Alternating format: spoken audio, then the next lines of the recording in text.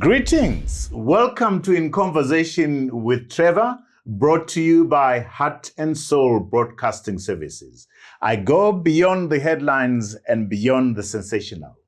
Today I'm in conversation with Pamela Marwisa, a registered psychologist and registered counselor. If you enjoy this conversation, remember to subscribe, to like, and share. Let's get down to some work.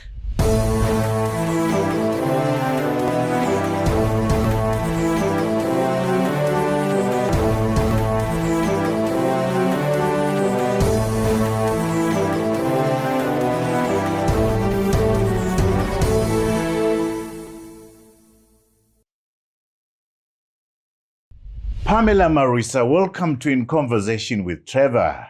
Thank you, Trevor. It's an honor to be here, and thank you for having me. It's a pleasure having you. Pamela, what you do is so important for this nation. Because as far as I'm concerned, what Pamela Marwisa and my good pastor, Pastor Marwisa, is nation building. Nation building is very important, particularly for Zimbabwe, given where we are right now. And I believe that nation building starts with the individual, then the family, and then society, then the school. And what you're doing with marriages, with counseling around that, families, and teenage counseling is so important because we do need those support structures to be able to build a nation. Yeah. So well done for the work that you are doing. Thank you. Particularly, Pamela, as the co-founder and operations director for College of Marriage, Parenting and Family. You're also co-founder and operations director for the Transformation Team. Talk to me about what you do at the College of Marriage, Parenting and Family. Okay. So College of Marriage, it's our sister company, the company's Transformation Team. Right. So with Transformation Team, it's more like the creative side where we offer, counseling, we offer emotional wellness seminars to corporates. But we realized that most of the issues that we're facing, even in the counseling rooms, they come from the family. So it was birthed out of that need to say that, we need to have probably a preventative approach. So College of Marriage is more of the preventative approach to dealing with the issues that are in our communities, in our families. So mainly we focus on training, family building. We offer, courses like parenting courses. We offer marriage courses, and then we also offer family therapy. So that's what College of Marriage is all about. Tell me, marriages are so important. What issues do you come across that tend to poison, to affect, to put pressure on the marriages? What issues are you coming across? Okay, thank you, Trevor. I think there's a lot of pressure on our families. Mainly, a lot of families are disintegrating. I'm sure you are aware that most people, they're migrating, maybe going to the diaspora. So our families are disintegrated. And unfortunately, a lot of issues on infidelity. Those are one of the main issues that we come across in the counseling rooms. Infidelity, and unfortunately, I must say it's on both sides. Both the men and the women. Infidelity issues are huge. Can a marriage be cured once there's been infidelity? Can it be saved once there's been infidelity? Definitely. It just takes the commitment from both parties. If they are committed and they are willing to work on the marriage, we've seen a lot of marriages being restored. What would be the key component there? Is it forgiveness? What was the key ingredient for that to happen? Definitely forgiveness on the part of the person, maybe the partner who was cheated. If they are willing to show fruit of repentance, and also if they work on building whatever issues that may have contributed to the deterioration of that marriage. And one of the things that we always say when we're counseling couples is that, we've realized that when people stray, it's because there are certain needs in the marriage that are not being met. So one of the things that we teach couples is to identify, what your important needs for your spouses, and then you are more intentional about meeting those needs. Because if those needs are met within the marriage, you are less likely to be tempted to stray because the needs are being met. So we encourage couples to be intentional, meeting each other's needs. Right. And also give them tools on how to affair-proof their marriages. Because sometimes you find maybe one of the partners does not have healthy boundaries with the opposite sex. And that's one of the causes that may lead to infidelity. What are the problems, apart from infidelity, that are affecting marriages? I think also financial pressures. If couples do not handle well the financial pressures, things can be difficult financially. And so I think also that can put a strain on the marriage.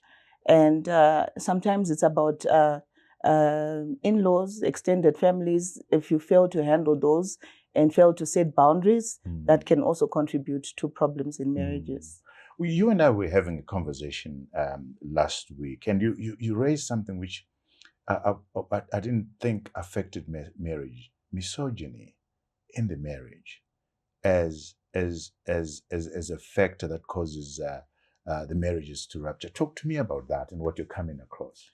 Okay, misogyny, it's a term that is not very familiar to most people, but maybe to just bring it down, it's just a man who's maybe narcissistic, very controlling, insensitive, and over time of, during the course of the marriage, sometimes the woman, realizes that, this is not what I signed up for, and maybe she may even lose her self-esteem, and she realizes that, I don't know who I am anymore in this relationship. And usually that's when mainly the women come in for counseling, and they're not even sure what's going on. And when usually as psychologists, we use checklists. And then when you ask them, does he do this? Does he do that? Is he, competing for your attention with other people in your life, your children? Is he controlling? And they tick yes to probably 10 of those questions. Then we can confirm that you are in a misogynistic relationship where, the man is over controlling. Can that be dealt with and rectified? Yes. And usually I always say every relationship is like a dance. You find that most African men will not come for therapy because, I don't know, it's a culture thing, and, sitting down and having a stranger speak to you, they don't come. But I always say, even to my female clients, you can change the dynamics of the relationship even by yourself. Because, Trevor, every relationship is like a dance. And when one person changes the dance, the other person is forced to change. Imagine if you're playing dancing to Kwasa Kwasa, and then suddenly you're putting ballroom waltz music. The other partner has to respond. Yeah, the other partner has to change. So usually it's just equipping the women, empowering them, helping them to set their boundaries. And if the husband or the partner values the relationship, usually they will change, because then they realize the wife, is serious and she's not bluffing. One of the things that I found that is a challenge is when people set boundaries and then they don't enforce them.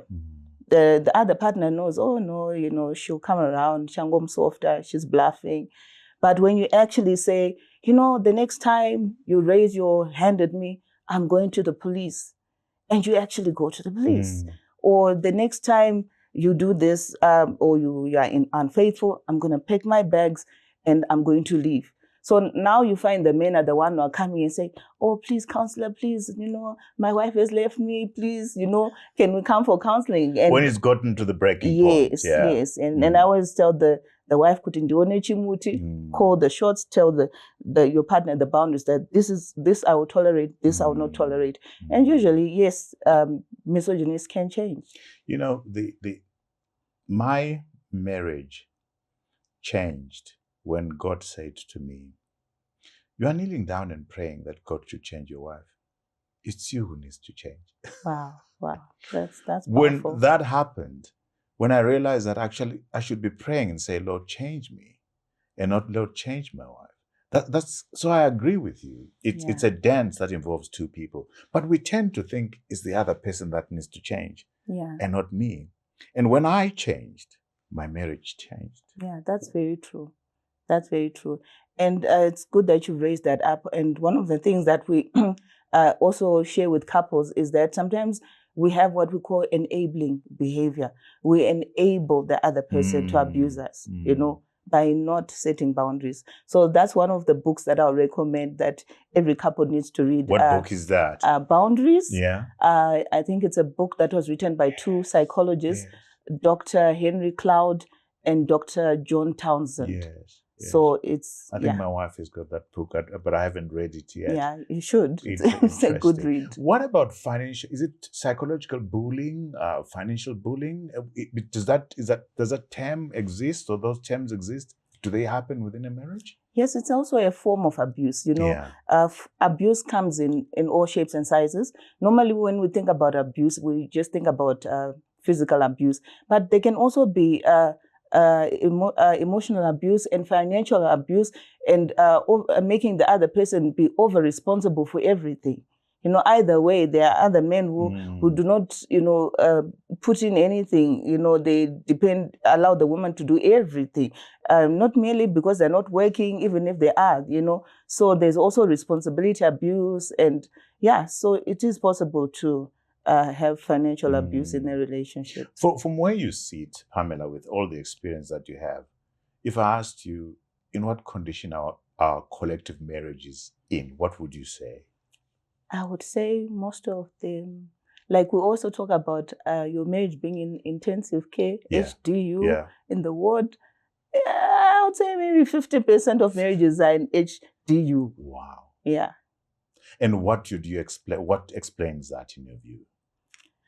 What I realize is that people do not have tools. When people do not prepare adequately for marriage. That's why we started College of Marriage, Parenting and Family Affairs, to try and also, do the preventative side. Most people just, you get your marriage certificate when you haven't passed any exam, So most people are not prepared. People prepare. I mean, lawyers, it takes maybe 7 years to be a lawyer. It takes 7 years to be a doctor. But when it comes to marriage, people are just nonchalant about it, and they just think, immediately they'll know what to do. So we realize a lot of couples, they don't have the basic tools that are needed for a marriage, to be successful. And one of the things that we always say, my husband and I, when we're working with couples, is that love without the tools to help you navigate the issues that arise in a marriage is not enough to sustain that marriage. We've seen people who love each other but divorcing because they don't have the tools, conflict resolution tools, communication tools, and they're not aware even maybe of each other's strength or weaknesses, personality, love languages, and you can really see that there's a gap there. So I think it's a lack of preparation for most couples. It does premarital counseling help? And I go back to my premarital counseling with my wife, and I look at what we went through. Was that useful at all? Does it help? Does premarital counseling help? I think it's the quality of the premarital, because most of us, like you, it was done hurriedly, like a few weeks before the wedding. We wanted the certificate. To tick the boxes. And meanwhile, you're thinking about your gown, you're thinking about, my makeup for the wedding. You're not really paying attention. So we encourage couples, once you know you're now in a serious relationship, even a year before, the wedding date, start going through the course. And we have an intensive, 15-week course where we also give you assessments. What are your worldviews on money? You fill those in separately. What are your personalities? We do personality, it's intensive. And then when they exchange the notes, they're surprised, like, oh, I didn't realize this is where you're coming from, because I don't know, sometimes couples don't ask each other the right questions when they're dating. The difficult conversations. Yes, the difficult conversations. And you'll be surprised. Like one couple will be like, I thought you knew that my career is important. We're not having children, right? But when did we talk about it? And they never talked about it. Like, so what were you talking about? Yeah. So we make sure that we have those difficult conversations, and it's intentional. And so you'll find a lot of couples that have gone through that premarital course, 15 weeks intensive, they have less problems. And most of them, they come back and thank us and like, oh, that thing that, you prepared us for, it happened. And we're glad that we went through this and we knew what to do. So it's a premarital marriage course that lasts for 15 weeks. Yes. Okay. Yes. Well, I hope a lot of people are listening out there. Pamela, we're going to take a break here. When we come back, we're going to deep dive into a survey that you did on the youth, the battles that they have with technology, drug abuse, and so forth. But also to go to the exciting career that you have. That after 14 years as a microbiologist, you decided to change and go into counseling and become a psychologist. So at home, please don't go away. We will come back and deep dive on those interesting issues. See you on the other side. Your significance, your security, your self-worth should come from God.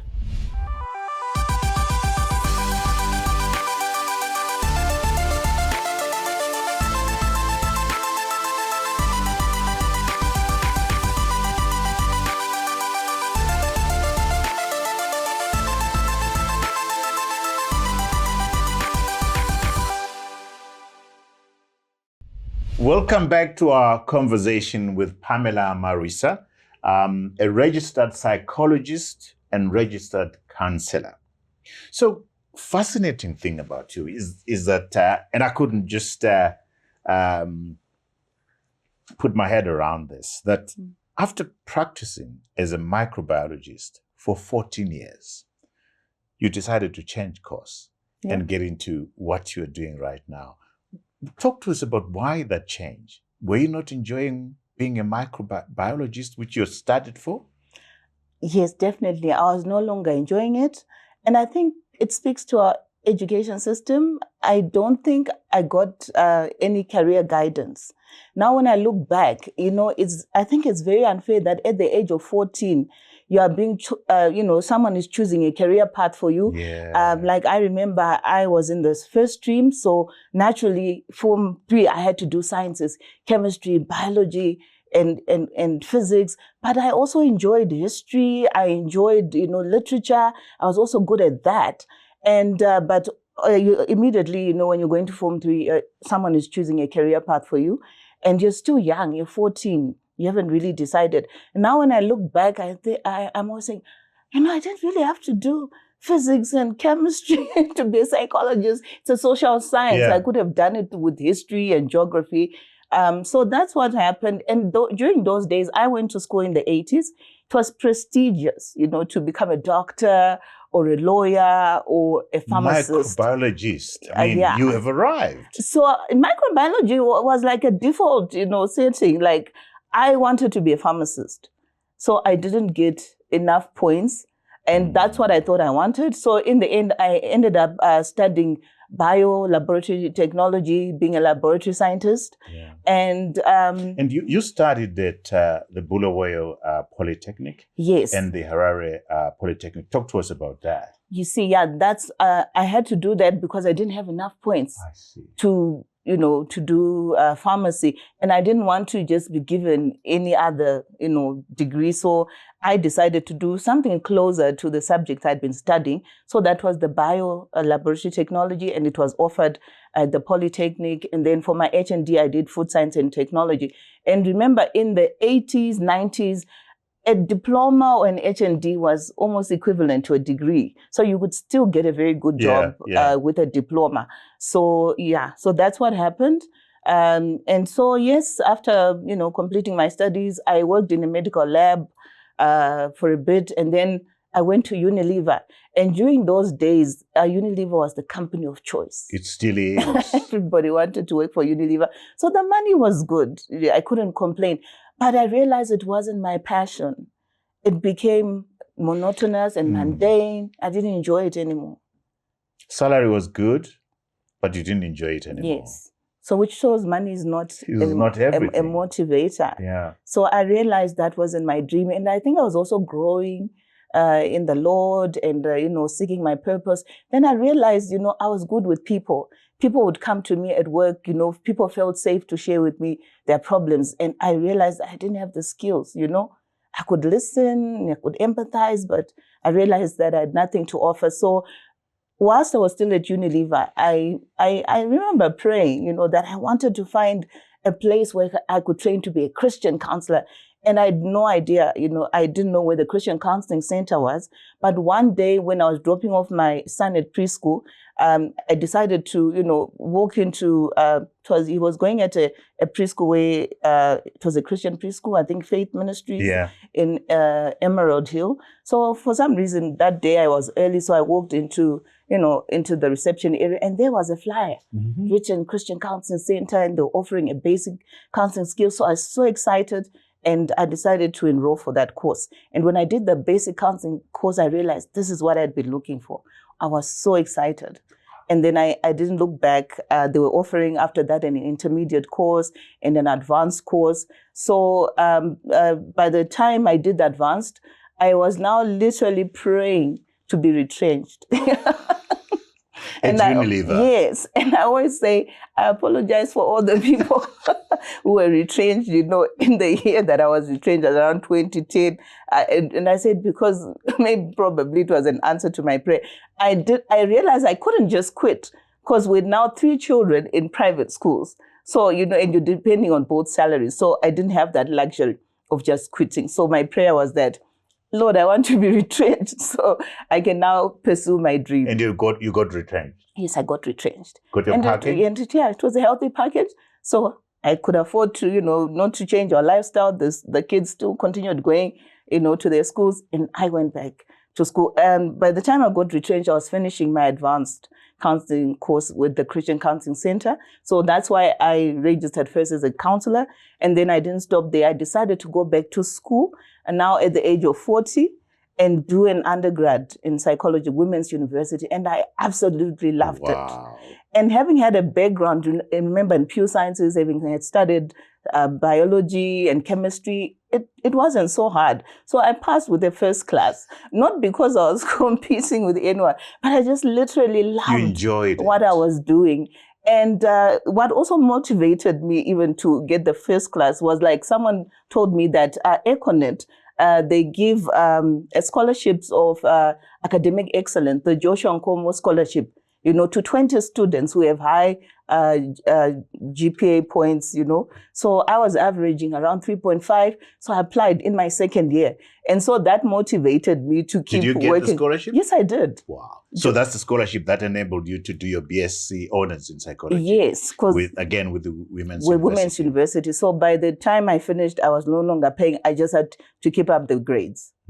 Yes. And then you went to do Christian counseling. How long did you do that for? The Christian counseling was about 2.5 years. That's the one I did whilst I was still, at Unilever. It was a diploma. So that was about 2.5 years.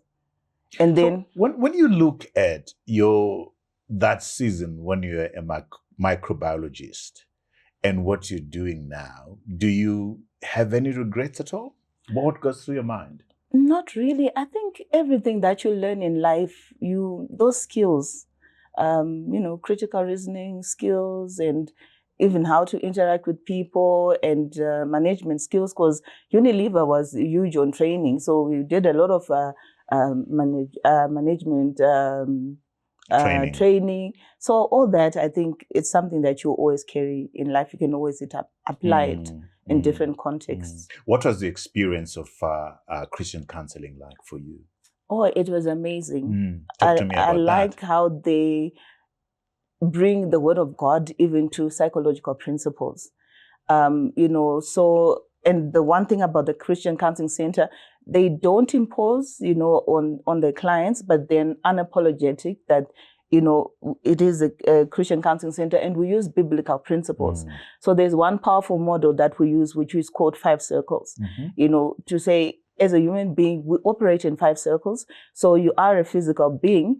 And, usually when you come in, we'll ask you to do a physical checklist. Maybe even if you're coming and saying you're depressed, you want to find out what's happening at a physical level. Then we look at your emotions, your emotional patterns, because our emotions, they tell us something about our goals. Yeah.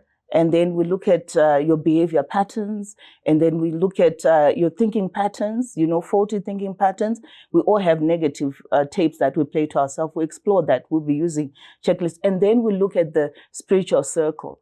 And when we talk about the spiritual circle, we realize that all those behavior patterns, at the core, every human being is the same. Those behavior patterns, it's either you're looking for significance, security, or self-worth. The people-pleasing, social climbing, it's either you're looking for security. People pleasers, maybe you may not be aware that your deepest fear is rejection. So we're trying to, why is it that you can't say no?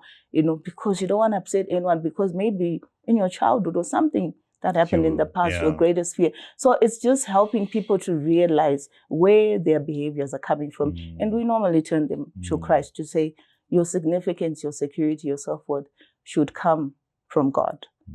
Because if it comes from, other things like your material things, you feel significant. If you're, driving the latest, I don't know, I'm not a fan of the cars. latest car. But the moment someone comes with a later version or a better model, you now feel insignificant. Which takes me back to that issue of nation building is centered around the individual. And I get the sense, correct me if I'm wrong, that as a nation, we do not spend time emphasizing the importance of personal growth. Yeah. Is that your sense? Yes, very true. Very true. What should we be doing? I think raising more awareness. Like for me, I'll speak as a counselor, as a psychologist, because I always say 50% of the work that we do in therapy is self-awareness. Self-awareness. Self-awareness. You need to be aware, like, what are my thinking patterns and why do I behave the way that I do? Some of it has to do with unresolved childhood traumas that you never dealt with. So it's important. And when we have the best version of you, even in a marriage, I always say, what, if you have the best version of your wife or your husband, you're going to enjoy that relationship better. But do we spend enough time with ourselves to know who we are? And what's the best way of doing that? I think the key word here is being intentional. Because we live very busy lives, and some people, maybe because of our backgrounds, we think when we're exercising self-care, we're being selfish. So being intentional, just prioritizing yourself, having self-care, having me time. Spending time with yourself. Getting to know yourself. Getting to know yourself. Who am I? Yeah. And once we're on that, I also want to just, emphasize that you don't have to come for therapy when you are in a crisis.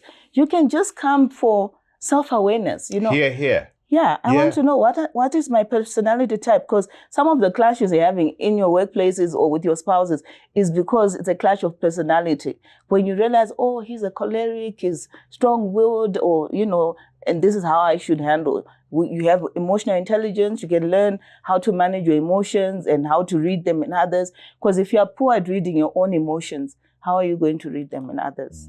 So self-awareness is very important, and self-care. What you've just said there for me is so important.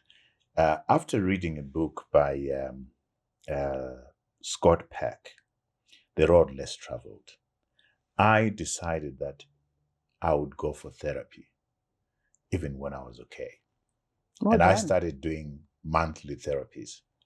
I have a therapist in Johannesburg, and every month, I would check in. I haven't done it in a while since COVID. It's been a very important growth strategy for me of knowing myself, knowing my weaknesses, knowing my thinking patterns, and how to counter those thinking patterns to present myself as a better person. Would you agree that we all need therapy? Exactly. I think so. We all need therapy. It's just that in our culture, people think you only go to therapy when you've failed or when you're in a crisis, or some people actually think it's a white man's thing, it's for white people. But I believe everybody should, go for therapy just to get tools. Actually, I want to say to the viewers at home out there that I would really suggest quite strongly that we all go for therapy. Particularly as the year starts like this, Pamela, go and see a therapist and say, I want to know myself. What are the tools? What should I be doing? So one of the things, not one of the things, my daily habits, because of the therapy that I've been receiving over the past 10, 15 years, I've gotten to a point where I have daily habits. And those habits are Bible reading every morning, prayer, meditation, and journaling. And that puts me in a very good space. Yeah, well do it done. daily, and it works. What's your response to that? I totally agree with you. Therapy gives you tools. Like you said, it helps you to be aware of your strength and your weaknesses. Like even just knowing your personality, we say there's no wrong or right personality. No. Every personality has strength and weaknesses. So the idea when you are self-aware, you ride on your strength and you work on your weaknesses. Yeah. We're going to take a break. When we come back, please don't go away. We're going to drill down into that survey, which I said we would talk about, but we ran out of time. The survey, the beautiful survey that you did, that comes up with results that really make us sit up and say, what should we be doing with our children, who are the millennials and Gen Z? They are difficult kids. And then we're going to go into the high suicide rates, drug abuse, and mental wellness. So don't go away at home. We'll see you on the other side. Parents, I think we need to now learn new parenting skills that, to be able to address 21st century problems. Greetings. My name is Trevor Ncube, host of In Conversation with Trevor, Zimbabwe's most engaging conversational show. I go beyond the headlines and beyond the sensational. We've brought before your screens change makers from arts, business, and politics, and from the region. Please join our growing community of viewers. Subscribe, like, and share. Welcome back to our conversation with Pamela Marwisa, a registered psychologist and registered counselor. You did a survey. I want you to help us unpack the results. We're going to be sharing part of your presentation. But I was struck by some of the findings, particularly around social media addiction. 77% of the people, of the young people that you surveyed, said they were addicted to social media. 21% said they were addicted to social media a lot.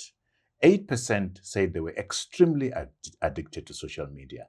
And that has an impact on the young people. So help us unpack the main findings of that survey, because it struck me as like, wow, we ought to be doing this so that we understand the issues that our young people are dealing with. Okay, thank you, Trevor. So yes, those were some of the findings that our young people, and it was an anonymous survey, so we wanted the young people to, to be vulnerable because it was an anonymous survey, and it's true that those results, they're quite concerning, and they were quite honest, that they are addicted to their gadgets, they are addicted, to social media. And it has a lot of negative impacts. I think that's why a lot of our young people are also struggling with issues of pornography. They're struggling with depression and anxiety because, they're competing with people maybe that are not even posting things that are real. And, and they spend probably 80% of their time on their gadgets, and which is actually not healthy. This generation, I was saying to somebody that we gave birth to this generation, but technology is raising this generation. And the harmful effects of that manifest around emotional wellness, around issues of drug taking and so forth. And the other thing that came out of that is you found issues around drugs. They're playing around, they're experimenting with drugs. Do you want to talk to us about that? Yes, I was actually surprised that, because this survey was done for our youth in the church, that quite a significant number admitted that they've also experimented with vaping, and some of them will openly tell you that it's happening even in the schools. Someone will offer you even, in the bathroom, like, do you want to try this? And, it's happening in our schools, and it's shocking. And also the issue of drugs. So what we've discovered, research has shown that most of our young people is when they are depressed because they don't have the tools to deal with their negative emotions, they turn to drugs to try and numb the pain. You're right. So it's about also the intervention. It has to come to say, what is the cause? Why is it that our young people more and more they're turning to drugs? And I think it's because they're also easily available, maybe more than ever. But it's because maybe they have emotional pain and they don't have any other way or constructive way of dealing with it. So they're trying to numb the pain. One of your presentations said that in 2021, 60% of psychiatric admissions were due to drug abuse. That's a shocking statistic, isn't it? Exactly. We're having a lot of those drug-induced psychosis. Hospitals, annex, Ingutsheni. It's mostly young people who are now, have been abusing drugs, and now they're now having this mental health issues. Some are even psychotic because it's been induced, because there is no dosage, and I don't know. It's just really, really out of quite concerning. The other thing that I also picked up from your survey as you're unpacking it is that parents we are not equipped to deal with this young generation. Is that the sense? Talk to me about that bit. Definitely. I find, I counsel a lot of teenagers, and you find that parents, I think we need to now learn new parenting skills that, to be able to address 21st century problems. Because I don't know, growing up, I was born in the 70s, there was this thing like children should be seen and not heard. And I think parents are not being intentional or spending time, with their children. One of the common complaints teenagers always say, like, my parents, they don't listen to me, or they're not available. And I remember this is a common thing after maybe the first session counseling, a teenager. And when I asked the parent, how did your child find it? And most of them they say, oh, finally, someone who understands me, because I'm just listening, I'm empathizing, I'm reflecting. And sometimes they just want to be heard, because we came from a generation where you did as you were told, there was no, conversation. How do the kids come to you? Do the parents bring them to you, or do the kids take their own initiative and look for a counselor? Most of the children actually are the ones who are bothering their parents that I need to see a therapist. Wow. Because, in our schools now, they have life skills and they have school counselors, but sometimes the children are not comfortable to see the counselor at school because of stigma. They don't want to be seen going to the school counselor. So sometimes I'm referred, they're referred to me by the school counselors, or themselves, they go to their parents to say, I'm not okay, I need to see someone. And our children, this Generation Z, they are more self-aware. I think it's more to do with Maslow's hierarchy of needs. We were being chased by bulldogs of poverty, so we had to run. We had to make a plan. Yeah, we didn't have time to. No one cared how you felt. You suck it up and you get on with it. We used to laugh when our daughter was 6 or whatever. When she started talking about, you're hurting my feelings, we would laugh. But when we started digging, that, wow, okay, she's got feelings and they're being hurt. Exactly. What are we doing? The other thing, Pamela, that struck me was that there was a question about, do you feel loved by your parents? 2% of the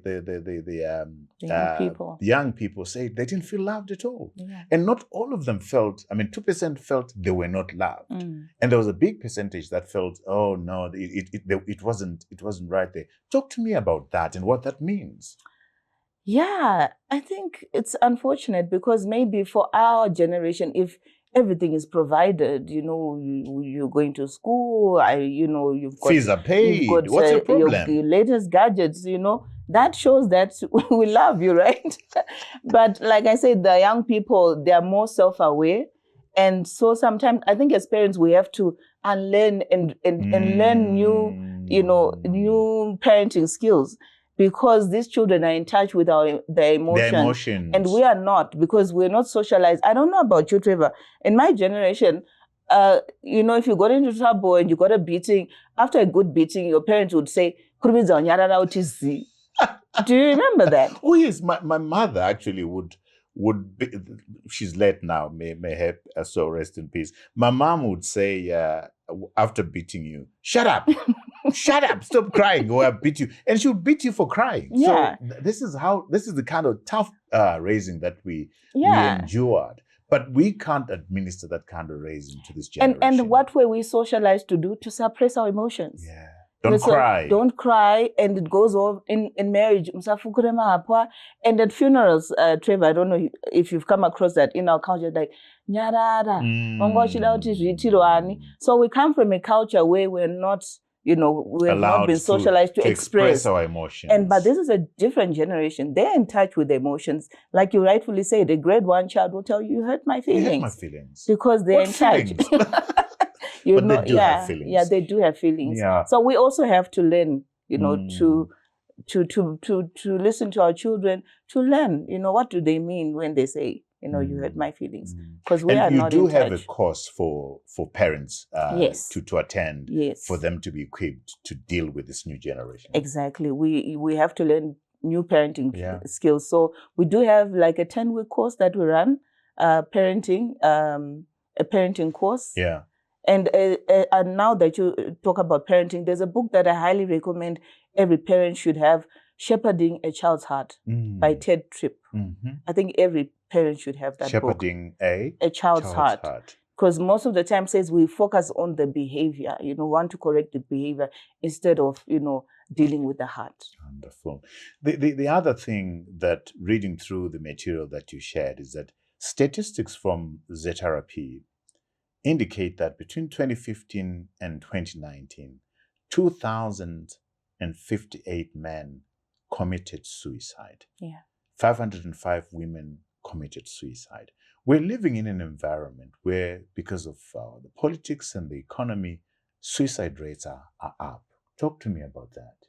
Yeah, it's very disturbing and very unfortunate because those statistics are quite high. But I think it's because people don't have solutions, and most of the time when someone who's depressed, if they don't get an intervention, unfortunately, it results in suicide. So you'd find maybe 80% of people who commit suicide is because they've been depressed and there was no intervention. And sometimes we're not even aware. I think we need to raise awareness on some of the early warning signs that someone, could actually be contemplating suicide. Some people start giving away their prized possessions, or they constantly talking about, I wish I was dead, and we think it's just rhetoric. So we need to actually be, more intentional, pay attention, to some of these things. Because when someone says that, sometimes we just dismiss them like, they're being dramatic. No, but actually it's a cry for help. And mental, what signs should we be looking out for that somebody's battling with mental wellness and depression? Okay, that's a very good question, Trevor. So I think when you notice that someone has deviated maybe from their normal way of doing things, maybe this person is a very bubbly person, but now they're just withdrawn. If it's a teenager, maybe they don't even want to go out anymore. They're sleeping all the time. Maybe either extreme, maybe they're not sleeping, or maybe overeating, either extreme, So it's good to know your child so that you know when there are those changes, to say, I think I've noticed that, there are these changes. And those changes reflect something. Yeah. One thing that I wonder how you managed to be available for all these things. You are the current president of the Zimbabwe Psychological Association. You've been president since 2022. I was surprised that, I think somebody has shared this before, that we only have 151 registered psychologists in the country. Yeah. Which means one psychologist per every 100,000. How does that figure compare to the region? I may not have figures for the region, but maybe for America, I think there's maybe one psychologist to every 1,000 people in the population. Probably UK, it's slightly almost the same, one psychologist to 1,500 people. So I think there's a lot more work that needs to be done, which is one of our objectives as ZPA, to push the development of psychology in our nation, even offering psychology as a subject, even at O level, at A level. Is that happening? Or? It's not yet happening. So it's something that we need to lobby for psychology to be introduced, as a subject, even that can be, registrable even at O level. At O level, just to raise more awareness, because I think that huge gap. That's big. 151 psychologists. I mean, that's a shocking drop number. In the ocean. Tell me, what problems is the industry facing? What problems are you facing as psychologists? What challenges are you facing? I think maybe in the past, maybe there were the brain drain. Like when I did my master's community psychology, it wasn't because that's what I wanted to do. I actually wanted to do probably counseling psychology, but you'd find that, or even clinical psychology, those courses are not being offered at the universities because there's no one to teach that. Because if you're doing a master's, you have to have someone who's got a PhD lecturing you. So I think there was a huge brain drain. So for a long time, there were no master's subjects, being offered. Really? And you can't be registered as a psychologist if you haven't done your master's and then do your internship, being supervised by these senior psychologists for a year, and then you sit for a board exam. So I think that also contributed. But I'm glad that now we have 8 universities now in Zimbabwe that are now offering psychology as an undergrad degree, which was not there previously. I think it used to be just the UZ. Yeah. Wow, quite a lot of work to be done there. Like I said when I started, the work that you're doing is so important. Nation building starts with the individual, then the family, the schools. Churches do a big role. I mean, I just feel that we're expecting the nation to change without the focus on growing the individual. So well done for what you're doing. Continue doing the good work that you're doing.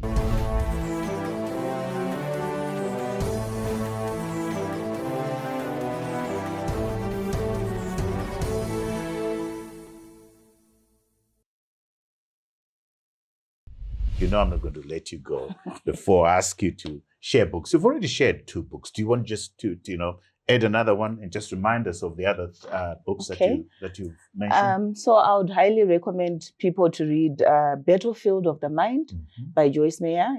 From a Christian's perspective, she talks about how destructive thoughts patterns, they shape your life. So, it's a good book. She speaks from a Christian perspective, how to challenge your negative self-talk. There's a scripture, I think in 2 Corinthians chapter 10, which says, bringing every thought captive, to the obedience of Christ. And then from a psychological perspective, there's a book called Telling Yourself the Truth by William Backus. He's also a psychologist, a Christian psychologist. So he also talks about those, he talks about misbelief therapy, that you don't have to just take at face value every thought that comes to your mind. You need to challenge it. A person who commits suicide, or maybe a person who's depressed, probably they've told themselves, nobody loves me. I'm useless.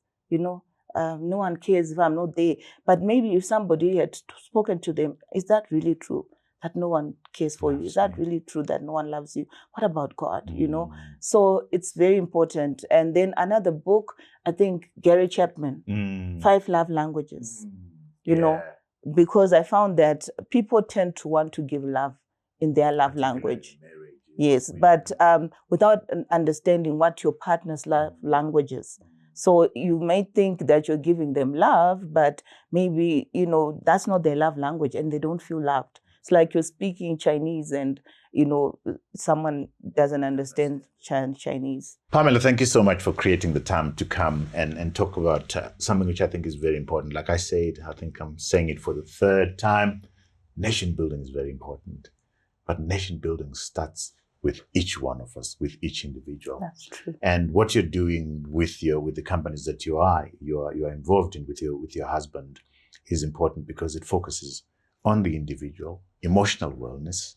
It focuses on the marriages. It focuses on the problems that society causes upon us and results in people, using drugs to try and numb themselves from the problems that they're experiencing. So well done for what you're doing. 158 psychologists for 16 million people, clearly not enough. Yeah. Because I believe, like I said, that each one of us needs to go for therapy. Each one of us. I know people are looking at me and saying it's crazy. I totally but we agree. all need to go for therapy. We're all dealing with issues and we all don't know ourselves. Exactly. And therapy is about knowing yourself Self-awareness, deeper, yeah. Self-awareness, so that you're able to grow as a person. So Pamela, thank you so much. Thank you. Thank you for having me. Thank you so much. It's been a pleasure. Allow me to turn to our viewers who are at home, all over the world. We thank you for watching In Conversation with Trevor. Remember, we are a weekly show. We are out on YouTube at 7 a.m. Central African Time. To ensure that you don't miss out on any of these conversations, I invite you to subscribe, and then you will receive a notification every time we have one of these quality conversations. We have gone a step further and created a website where all our conversations sit. On that website, we do have podcasts for your listening pleasure. So scroll down below this video and go to the podcast place and click onto the podcast for your listening pleasure. We see your comments. We see your suggestions. Keep them coming. Thank you for watching. Until next time, cheers to you all.